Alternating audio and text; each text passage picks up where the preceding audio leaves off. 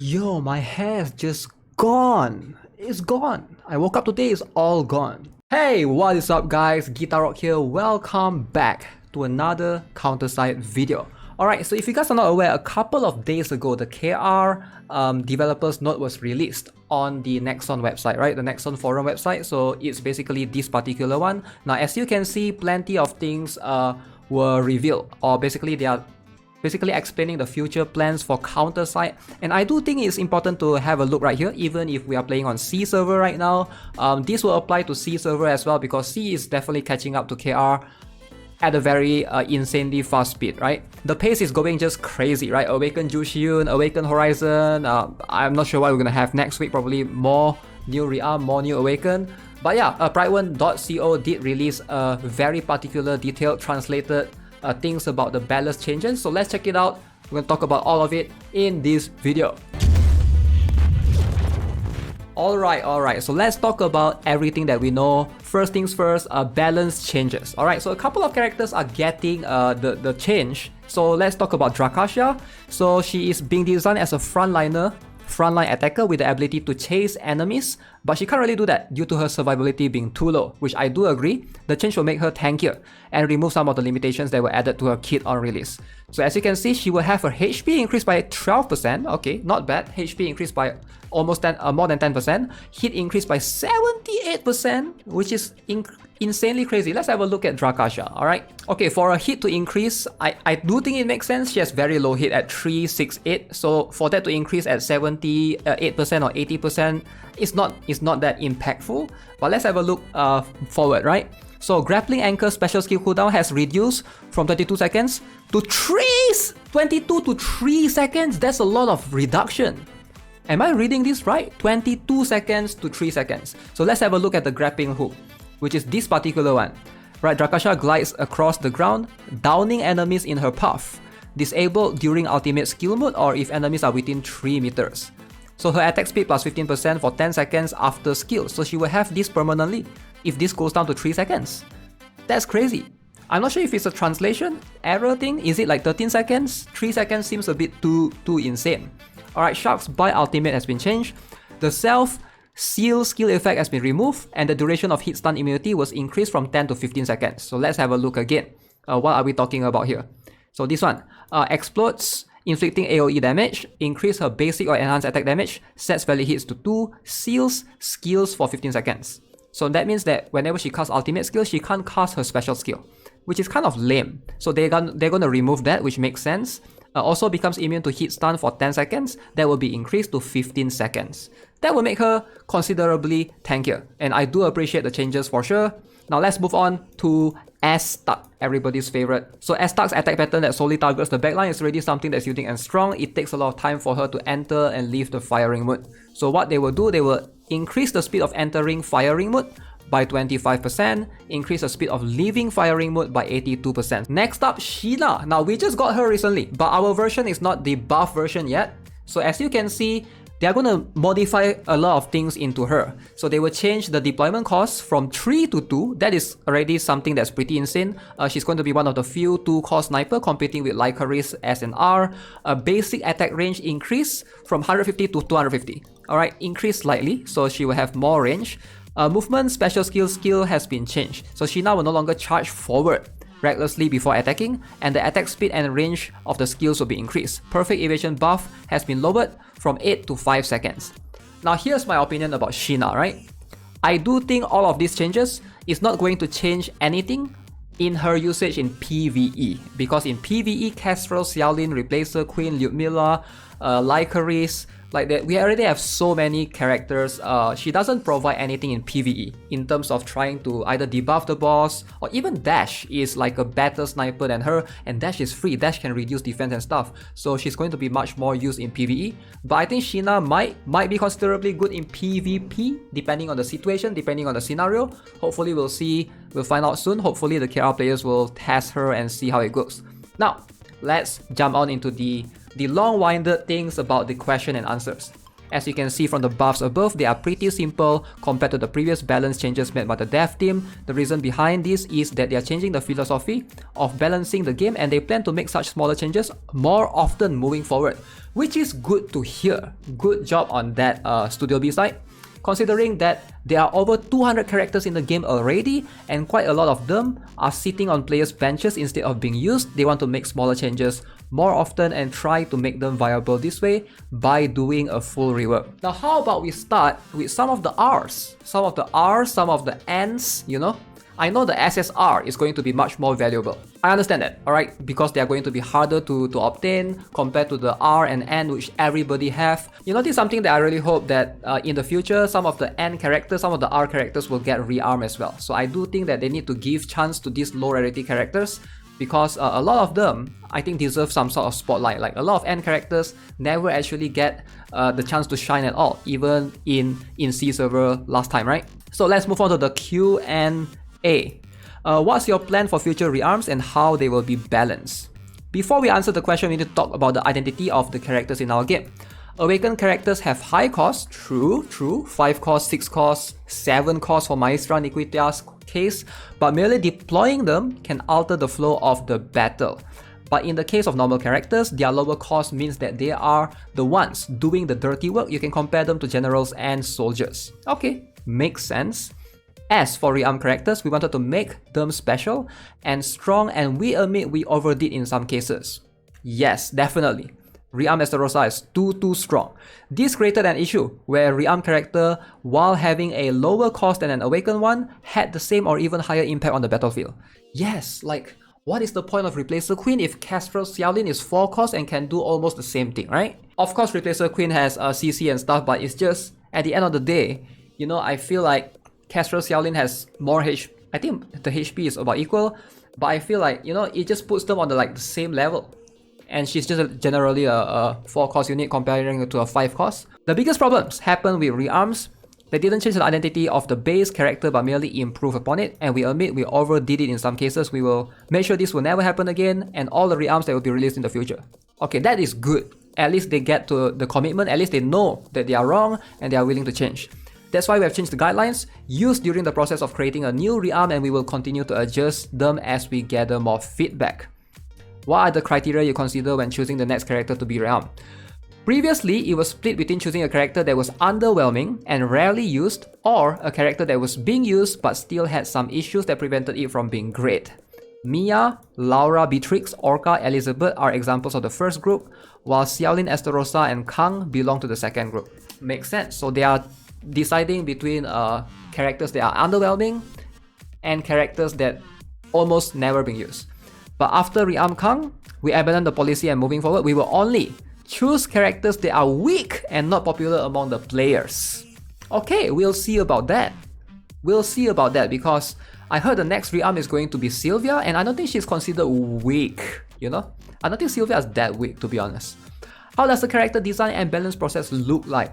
After we decide on the character's kit, we check its performance in both PvP, PvP and PvE, and if the design purpose is fulfilled, the tests take into account various gear levels to cover how the character performs with low, middle and high investment. I like it. I like how they make the testing, not just for the whales, but also for new players, right? To see how strong the characters are. Once we get the initial results, we search the areas where changes are required and reiterate till we are happy with how the character performs. Do you really test characters without any equipment on them? This isn't true. The screenshot that we posted in the last dev note was taken from notes made by our testing team. Okay, so they have to test with gears. Like, why would you test without gears? So as we mentioned in the previous question, we test various gear sets on every new character. But to do that properly, we need a baseline. That is how the characters perform without any gear on.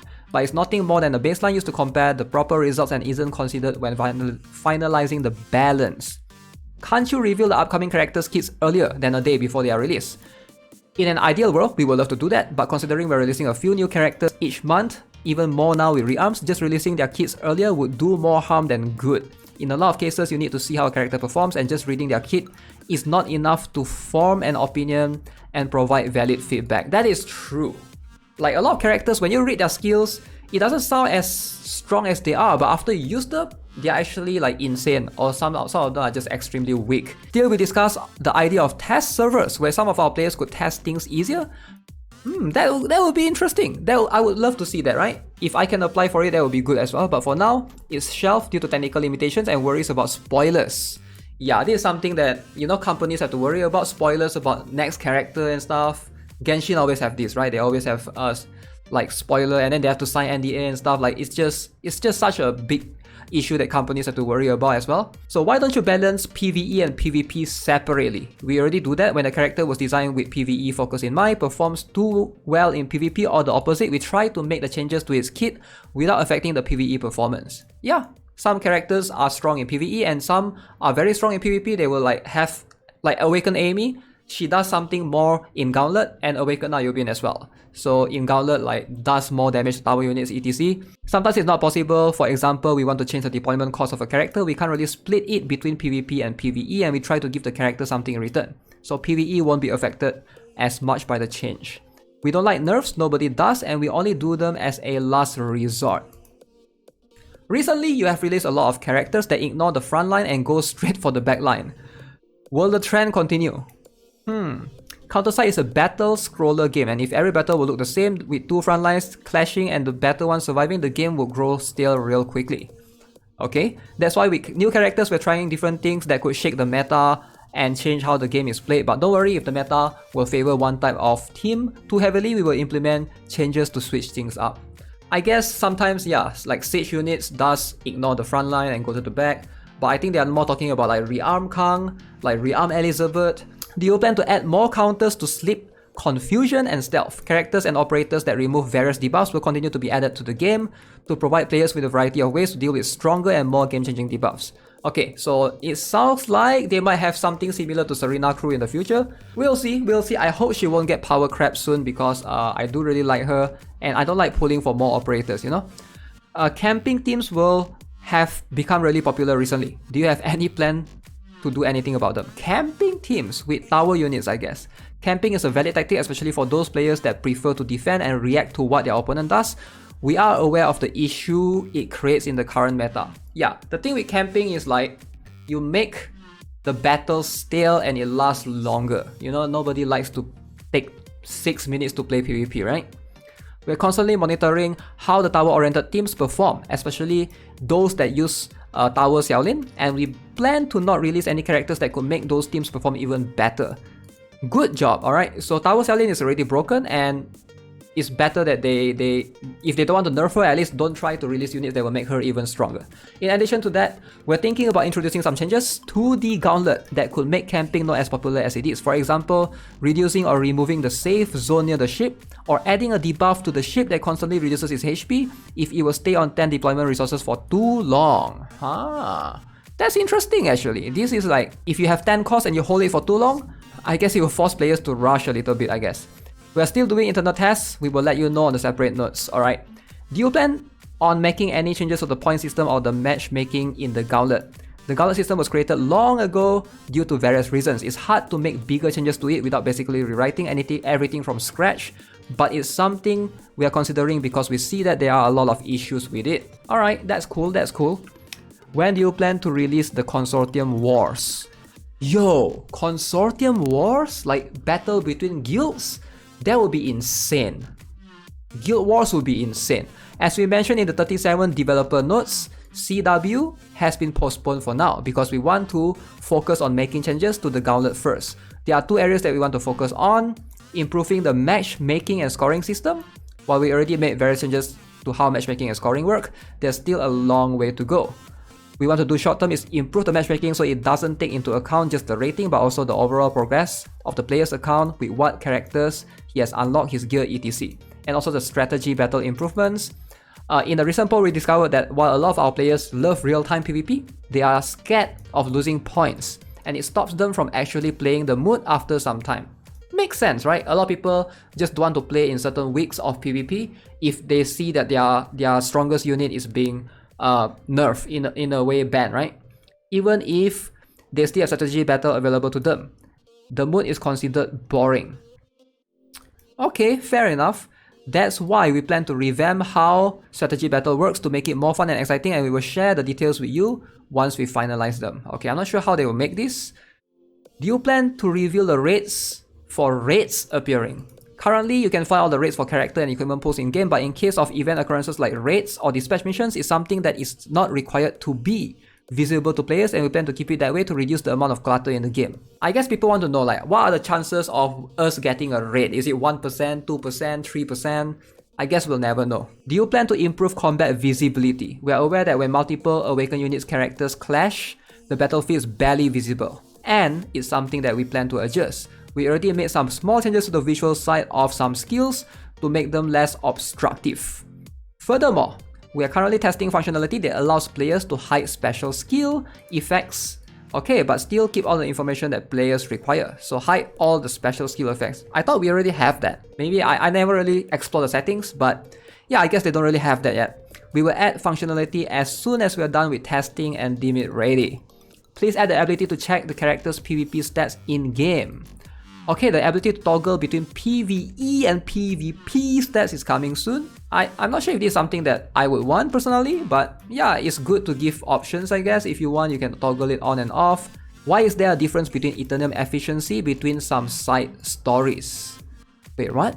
Some of the side stories were created a long time ago and they use different systems than the recently added ones. We are aware of the differences, and for now, we don't plan any changes. Alright, I don't think it's that big of an issue. Do you plan to add more ways to farm unit data for SR characters? Alright, like Rearm Mina, Rearm Laura Beatrix, those you have to pull them, right? Which is really hard for free to play, I understand, to get the, and even Eugene, right? All SR characters are available through recruitment, and while we plan to make some SR farmable from time to time, making all of them farmable is difficult. Why don't you simply add more SR to be available in operations? This part of the game was created a very long time ago, and adding new features there is really hard to do. Still, we plan to rewrite this part of the game to make it possible again. Alright, can you add a way to check summon unit stats in-game? Summon units stats. Oh, like when, let's say when Awakened Yuna summon the bird, right? The flying bird. At least you want to know how much HP the bird has and stuff. That would be cool, I guess, but while this sounds like simple functionality, with the way the UI is designed, it's actually really hard to do. Still, we plan to make some changes to the catalog later this year so we can add the summon units there too. Do you plan to release skins featuring Korean traditions and style? There will be more Korean high school and Hanbok traditional dress skins released this year. That's good to hear. I would like to learn more about the characters. Do you have anything planned about that? We will add more information to the character profile, and this will be done as a part of the catalog and profile redesign. Yo, insane! Like, again, good job to Antila, good job to Brightone CO. Alright, I'll leave the link to this website in the description below if you guys are interested to check it out. But yeah, it's pretty cool. Let me know what you guys think of the balance changes, rather the Q&A section. I think it's pretty good, pretty healthy for the game to be able to, you know, connect the developers and players. As always, if you haven't already, subscribe to the channel, give this video a like. I'll see you guys in the next one. Have a nice day. Goodbye.